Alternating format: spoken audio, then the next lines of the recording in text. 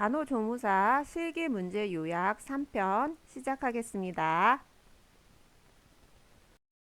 산소와 단원 살펴보시면 20년 상반기에는 단순 안면 마스크 관리 방법 나왔고요. 21년 상반기에도 이제 음식 섭취가 가능한 산소요법 비강 캐뉼라에 대한 문제가 나왔고요. 21년 하반기에는 가장 높은 농도의 산소를 전달하는 방법 비제호흡 마스크 고르는 문제였고요. 22년 하반기에는 단순 안면 마스크 간호 문제가 출제가 되었는데 이제 화재 예방법하고 같이 섞여서 나왔죠. 산소를 이용하는 경우에는 항상 화재를 주의하셔야 되기 때문에 그 내용도 같이 학습하시는 게 필요한 부분이 되실 수 있죠. 산소화 같이 살펴보도록 할게요. 산소화에서는 산소를 전달하는 체계에 대해서 먼저 알고 계셔야겠죠. 그래서 비강 캐뉼라와 마스크로 구분하실 수 있겠어요. 비강 캐뉼라는 낮은 농도의 산소를 전달할 때 사용하죠. 그리고 코에만 삽입하기 때문에 말하거나 먹는 거에 영향을 받지 않아요. 그래서 마스크를 착용하고 계신 분이라도 식사 시에는 비강 캐뉼라를 하실 수 있는 거죠. 그 코에 삽입하기 때문에 코가 산소의 영향을 받아서 건조해지고 예민해지실 수가 있어요. 그래서 8시간마다 캐뉼라를 좀 제거하시고 깨끗이 하고 외 비공에 출혈이 있는지 관찰하시는 거 필요하실 수 있겠어요. 마스크 종류에는 첫 번째가 단순 마스크가 있어요. 40에서 60% 농도의 산소를 공급하고 얼굴에 우리가 마스크 쓰듯이 밀착을 해주시는 게 가장 중요한 부분이죠. 그래서 새어나가지 않게 해주셔야겠어요. 그리고 마스크도 이제 얼굴에 전체에 이제 덮고 계시기 때문에 숨을 쉴 때마다 습기가 차실 수가 있죠. 그래서 습기를 제거하기 위해서 2시간마다 마스크 안쪽을 닦고 건조하시는 거 필요하실 수 있겠어요.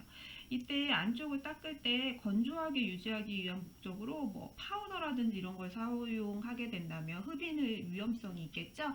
그래서 파우더 사용은 하지 않도록 해주시면 되겠고, 그 다음에 부분 제호흡 마스크가 있어요. 부분 제호흡 마스크는 자기가 내신 공기를 전달하는 산소하고 같이 흡인을 하는 형태라고 보실 수가 있죠. 그래서 말 그대로 부분적으로 제호흡을 하는 형태의 마스크라고 보실 수가 있는 거죠.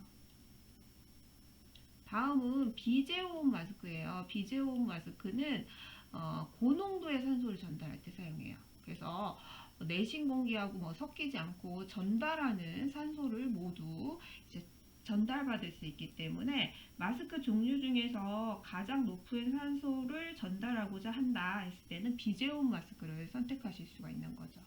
그 다음엔 벤츄리 마스크죠. 벤츄리 마스크는 만성 폐쇄성 폐질환 환자에게 사용하실 수가 있어요. 저농도의 산소를 정확하게 투여할 수 있기 때문에 정확한이 제일 중요한 핵심 용어라고 보실 수가 있어요. 벤츄리 마스크 만성 폐쇄성 폐질환 환자가 사용하실 수 있어요. 그 산소화에서는 가습기 문제가 가끔 물어보실 수 있는데, 가습기는 수증기를 분출하죠. 그때 위치는 환자의 호흡기를 향해서 분출할 수 있도록 해주시고 얼굴에 직접 닿지 않게 하는 것도 중요하실 수가 있어요. 그리고 가습기는 멸균 증류수를 채우시고 24시간 주기로 물을 교체해 주시면 되시겠고요. 산소요법 시에는 화재 주의하는 거 필요하실 수 있죠. 화재에서 주의할 것들은 어, 정전기로 인해서 화재가 발생할 수 있기 때문에 면직물을 사용하시는 게 좋아요. 그래서 모직 담요는 사용하면 안 된다 기억하시고, 산소 전달할 때 유량계, 그 증류수 채우는 유량계에는 작은 공이 있죠. 쇠구슬 같은 그 쇠구슬이 가운데가 처방된 산소 흡입량과 일치하게 해주시는 거 필요하실 수가 있고, 흡인을 할 때 성인의 흡입압은 110에서 150ml/Hg 정도고요.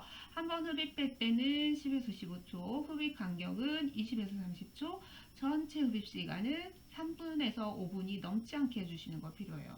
왜 그러느냐? 제일 중요한 거죠. 흡인할 때는 산소도 같이 흡인이 되기 때문에 저산소증 예방을 하기 위해서 이렇게 온냉요법 단원 보시면 20년 상반기에는 얼음주머니에서 냉요법에 대해서 나왔고 20년 하반기에는 온요법 대상자에 대해서 나왔고요. 21년 상반기도 편도 절제술 후에 목에 어떤 것을 적용하느냐 온냉 중에 고르는 문제였죠. 얼음 칼라가 답이었고요. 21년 하반기에는 온요법을 적용하는 이제 술기 자체에 대한 문제 나왔고 22년 상반기에도 더운 물주머니 온요법의 술기에 대해서 물어보는 문제 나왔어요. 22년 하반기에는 냉요법 적응증 환자였어요. 그래서 뭐 월경통 환자, 편도선 환자, 저체온 환자, 말초 혈관장애 뭐 이렇게 환자 예문을 들어놓고 냉요법을 적용할 수 있는 환자를 고르는 문제가 출제가 되었습니다. 연랭요법 살펴보도록 할게요. 연랭요법에서는 두 개의 역할의 차이를 좀 잘 구분해서 아시는 게 중요한 포인트라고 보실 수가 있죠. 온요법 먼저 보시면 작용이 우려이나 부종을 감소시키고 혈관을 이완시키는 작용을 하죠. 그래서 좌욕을 할 때 혈관이 이완돼서 실신이나 통목욕을 할 때도 실신 가능성이 있죠. 그렇기 때문에 혼자 두지 않고 옆에서 좀 지켜보는 거 필요하실 수가 있어요. 대상자는 월경통 환자라든지 저체온 환자, 편마비 환자, 뭐 관절염 환자 이런 사람들이 온요법의 대상자가 되실 수가 있는 거죠. 금기도 기억을 해주셔야 되는데 금기에서는 원인 모를 복통이라든지 충수돌기염, 귀의 염증, 치주염 환자가 이제 금기가 되실 수가 있고요. 출혈이 있는 사람들은 혈관이 이완되면 출혈이 멈추지가 않겠죠. 그래서 금기라고 보실 수가 있고 환홍을 지연시켜야 되는 경우에 환홍을 촉진시키는 작용을 하기 때문에 금기가 되실 수가 있어요.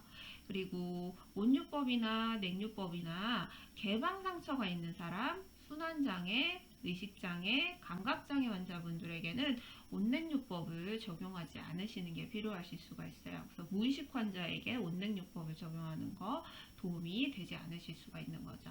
온요법에서 대표적인 게 이제 더운 물주머니가 되실 수가 있는데요. 더운 물주머니에서는 온도가 중요하죠. 체온보다 높은 36에서 52도. 그리고 주머니에는 2분의 1에서 3분의 1 정도로 채워주시고요. 거꾸로 들어봐서 물이 새지 않는지 확인하시고 공기도 제거하는 거 필요하실 수 있겠어요. 맨살에 그냥 대시면 안 되고 커버나 방포로 물주머니를 싸서 대는 거 필요하시고 적용은 20에서 30분 정도, 30분 이내로 적용하시는 거 필요하시겠어요. 냉요법에서는 작용이 부종이나 우려를 예방하고 출혈을 감소시켜요. 혈관을 수축시키죠? 수축작용. 그래서 출혈이 있는 혈관에 수축작용을 해서 출혈을 방지하실 수가 있죠. 예방하실 수가 있죠. 편도염 수술 환자의 목이라든지 얼음칼라 되실 수 있죠. 그리고 골절이라든지 염자 환자분들에게 냉요법을 적용하실 수가 있어요. 금기 환자는 혈액순환 증상이 있는 사람이나 외상의 조직이 파괴된 환자, 빈혈 환자, 소아나 노인 환자가 금기가 되실 수가 있어요. 여기서는 미온수 스펀지 목욕을 좀 기억해 주셔야 되는데 미온수인 경우는 27에서 37도고요. 열이 높을 때 떨어뜨리는 목적으로 하는 거죠. 그래서 물수건을 너무 꽉 짜지 않게 흐르지 않을 정도만 짜시고 얼굴, 팔다리, 엉덩이에 3에서 5분 동안 닦아주시는 거 필요하실 수가 있어요. 이때 복부에는 찬 것이 닿으면 장의 연동 운동을 항진시켜서 복통을 초래할 수가 있기 때문에 닦지 않는 것도 기억해 주시면 되겠고요. 얼음 주머니도 얼음을 호두알 크기로 2분의 1에서 3분의 1 정도 채우시고 적용하는 시간은 상처 간호 단원 살펴볼게요. 20년 상반기에는 둔부의 발적 간호 살펴보는 문제, 그리고 상처 드레싱 시의 주의사항, 멸균법 같이 포함되는 문제 출제가 됐고요. 20년 하반기에는 욕창이 호발하는 부위 앙하위에서 고르는 문제, 붕대 적용하는 술기 자체에 대한 문제 나왔고요. 21년 상반기에는 욕창 단계를 물어보는 문제였어요. 표피부터 진피까지 손상을 받으면 2단계가 될 수 있죠. 이렇게 고르는 문제, 욕창 환자의 간호 문제 출제됐고요. 21년 하반기에는 욕창 발생이 높은 대상자를 고르는 문제, 상처 소독할 때 이제 그림으로 이제 화살표 방향을 나타내서 어떤 게 적절한지 고르는 문제 출제됐고요. 22년 상반기에는 욕창의 호발 부위 보기 자세에서 호발하는 부위 고르는 문제, 상처 소독법, 붕대 처음과 끝에 어떤 붕대법을 적용하냐 환행대 되실 수가 있죠. 그 문제 출제됐고요. 22년 하반기에는 사지마비 대상자 욕창 예방하는 방법, 개방상처 소독 시에 피부 소독제, 포비돈 이용해서 소독하실 수 있죠. 이런 문제가 출제가 되었습니다. 상처간호 살펴보도록 할게요. 상처간호에서는 무균수를 지켜주시는 거 필요하시죠. 그리고 소독하는 순서도 잘 기억해 주셔야 되는데 오염이 덜 된 부위에서 오염이 심한 부위로 소독을 하시는 거 필요하실 수 있겠고요. 상처가 안쪽에서 바깥쪽으로 원을 그리면서 소독하실 수도 있고 충분한 광선을 이용해서 필요시 램프를 이용하는 것도 필요하실 수 있겠어요. 배액관이 있는 경우에는 배액관에서 먼 쪽부터 소독을 하시는 거죠. 그래서 상처가 이렇게 있는 부위다. 그래서 위에서 아래로 닦으실 때는 여기 이 방향이 1번이 되는 거죠. 그리고 양 옆에 2번, 반대편 3번, 4번, 5번 순서대로 소독을 해주시면 되겠고 이 상처가 이렇게 있을 때 양옆으로 소독을 한다 하면은 한쪽을 먼저 다 소독을 하시는 거예요. 이렇게 1번, 2번, 3번 해주시고 반대편에 4번, 5번, 6번 식으로 소독을 해주시면 되시겠어요.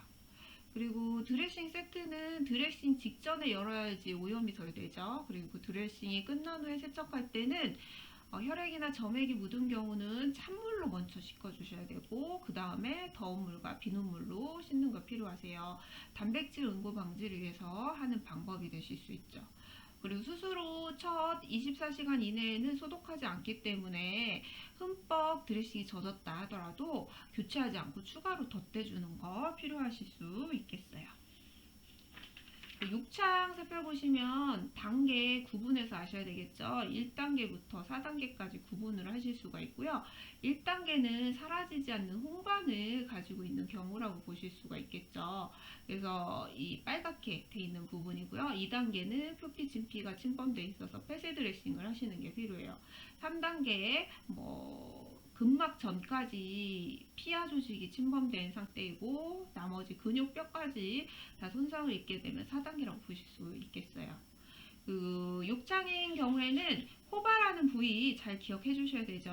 앙하이 자세, 반드시 누운 자세일 때는 머리 뒤쪽에 후두골, 견갑골 등쪽, 팔꿈치, 골반 부분에 청골, 미골, 발꿈치 이 부분이 호발 부위가 되는 거죠. 치기, 옆으로 누운 자세예요. 견갑골, 늑골, 장골릉, 머리 측면, 귀, 어깨, 대전자, 복사뼈까지 이제 호발하는 부위가 되겠고요. 보기, 엎드린 자세인 경우에는 하악골, 턱 밑에죠. 흉골, 경골, 견복놀기, 유방, 무릎, 발가락, 생식기 등이 이제 호발하는 부위예요. 반자이는 앙하이랑 거의 비슷한데 중점으로 많이 생기는 부위가 청골이죠. 그리고 골반, 발꿈치, 호발하는 부위가 되실 수가 있어요. 그럼 이런 욕창을 예방하기 위해서 간호는 어떤 걸 해주셔야 되냐? 욕창이 고위험군들 있죠. 그럼 고위험군을 중심으로 이제 예방 행위를 해주셔야 되는데 고위험군은 영양이 부족한다든지 고령이라든지 감각기관에 문제가 있다든지 습기가 너무 차는 대상자들이 고위험군이라고 보실 수가 있겠어요. 그래서 2시간마다 체위 변경 해주시는 거, 일정한 간격으로 관절 운동 시켜주시는 거. 체위 변경 시 특히 환자를 끌지 않고 들어 올리는 거 필요하시고 압력을 분산하는 도구 사용하실 수가 있어요. 대표적인 게 에어 매트리스죠. 전체에 뻗뜨려서 이제 공기가 들어가는 형태예요. 중심 일부분에만 압력을 분산시켜서 이 국소 부위의 압력을 증가시키는 도넛백에는 사용하지 않는 게 좋으실 수 있죠. 침상 주름을 없애고 젖지 않도록 하시는 거 필요하고, 충분한 영양 공급하는 거, 고당된 시기. 붕대법 살펴보도록 할게요. 붕대에는 적용하는 원칙도 잘 아셔야 되겠고, 붕대의 종류도 잘 기억을 해주셔야겠어요. 첫 번째 원칙부터 살펴보시면, 관절이 해부학적인 위치에서 감아주시는 거죠. 그래서 그 약간 굴곡된 자세에서 감아주시고, 뼈의 돌출 부위 같은 부위는 피부 표면의 마찰을 예방하기 위해서 꺼즈나 면패드 같은 걸 대주시는 거 필요하죠. 그 매듭은 상처 위나 피부가 민감한 부위에서 시작하거나 끝내지 않도록 하시고, 젖은 드레싱 같은 경우는 마르면서 수축할 수가 있잖아요. 그래서 너무 꽉 조이지 않게 느슨하게 감아주는 거 필요하실 수가 있죠. 그리고 붕대 적용할 때 정맥 우려이나 부종을 경감하기 위해서 체감보다 높게 해서 상승시킨 상태에서 감아주시고, 감으실 때 순서는 말단에서 체간으로 감아주셔야겠죠. 그래서 말단에서 체간이라는 설명은 발 등에서부터 허벅지 쪽으로 감아주는 거, 아니면 손바닥에서부터 이 팔꿈치 방향으로 감아주는 거, 이렇게 말단에서 체간으로 중심으로 감아주시는 거 필요하겠어요.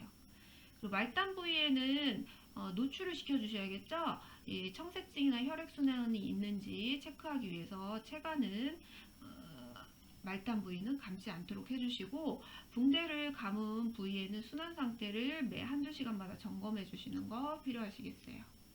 붕대 종류 살펴보시면 첫 번째가 환행대가 되실 수가 있죠. 처음과 끝에 감는다 핵심 용어라고 보실 수가 있어요. 환행대 되실 수가 있죠.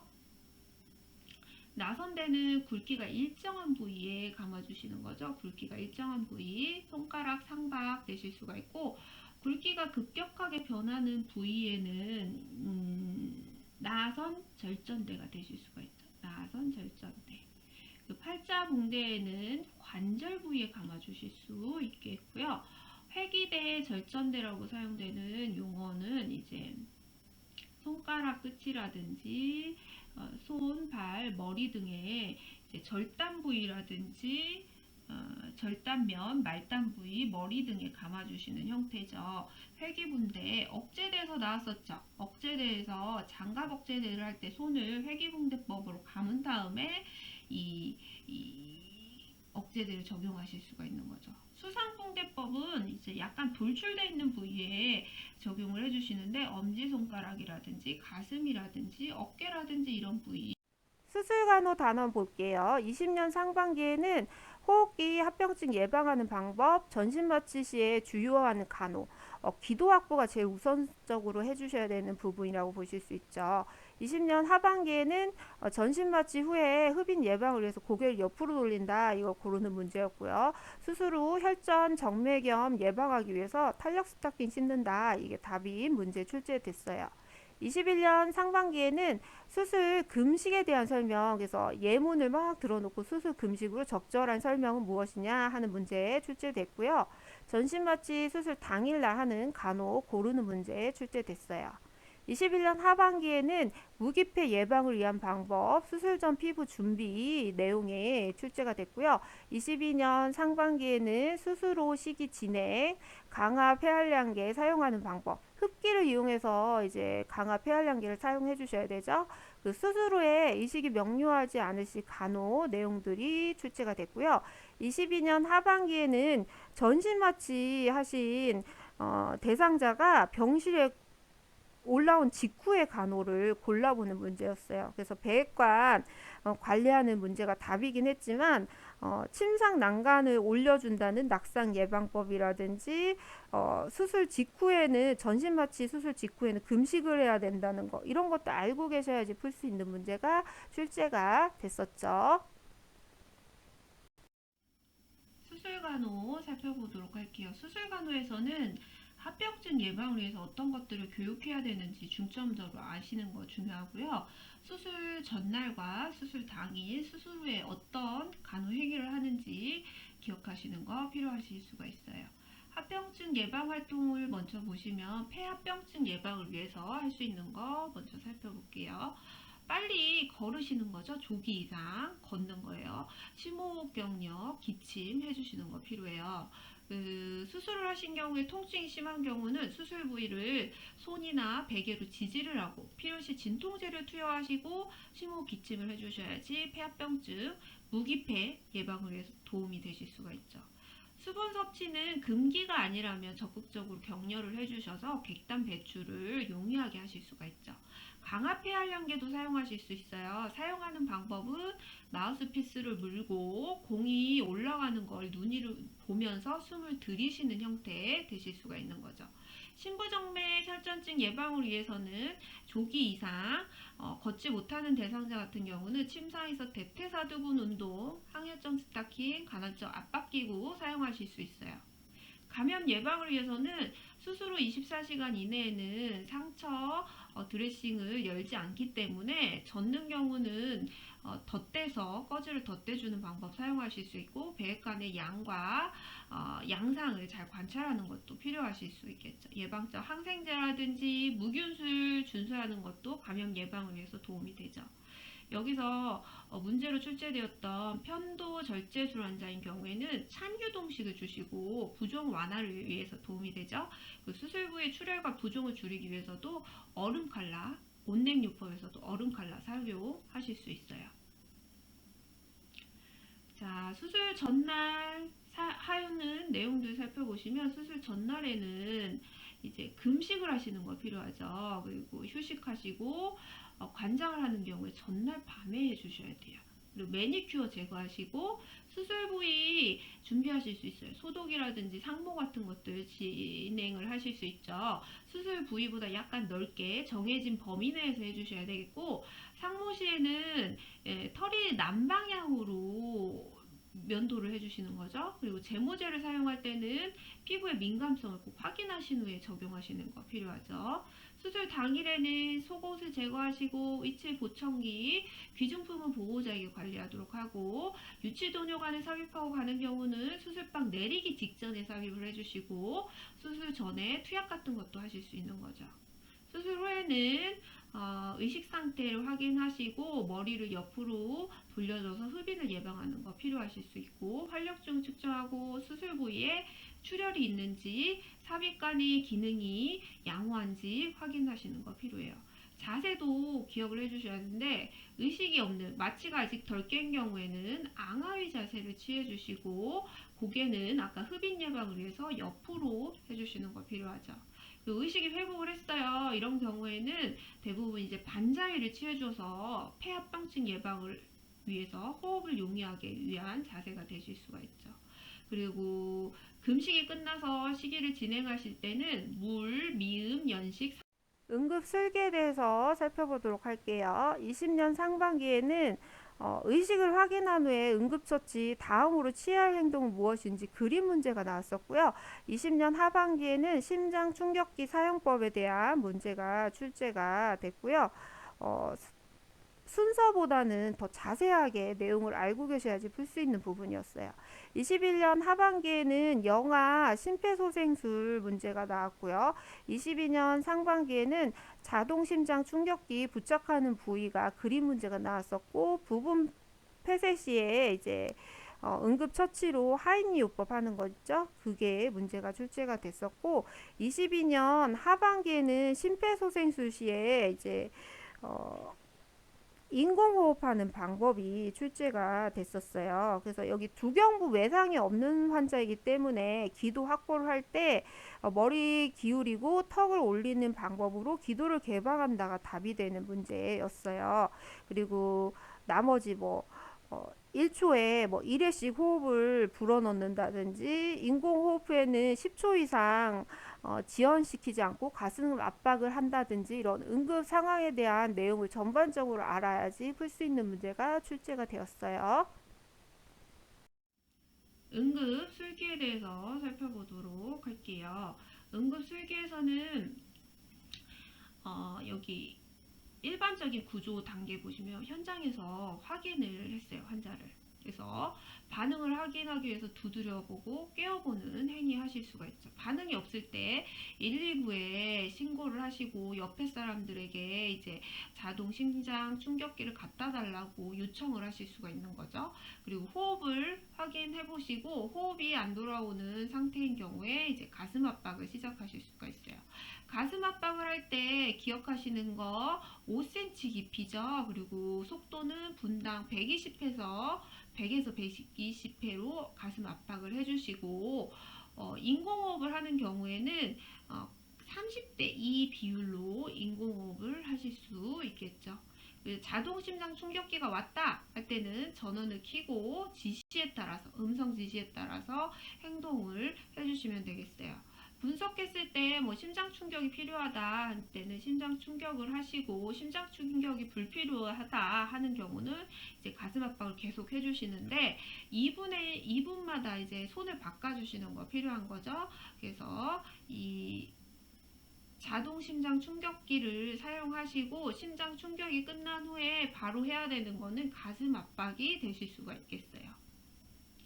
내용이 표로도 한번 정리되어 있는 거 보시면 심정지를 확인하는 과정은 의식을 확인하는 거죠. 그래서 두드려 보거나 깨어보고 호흡을 확인하시거나 맥박을 확인하실 수가 있어요. 성인의 경우에는 경동맥을 확인하실 수가 있고 소아인 경우 영아인 경우는 이제 상완동맥도 확인하실 수 있겠죠.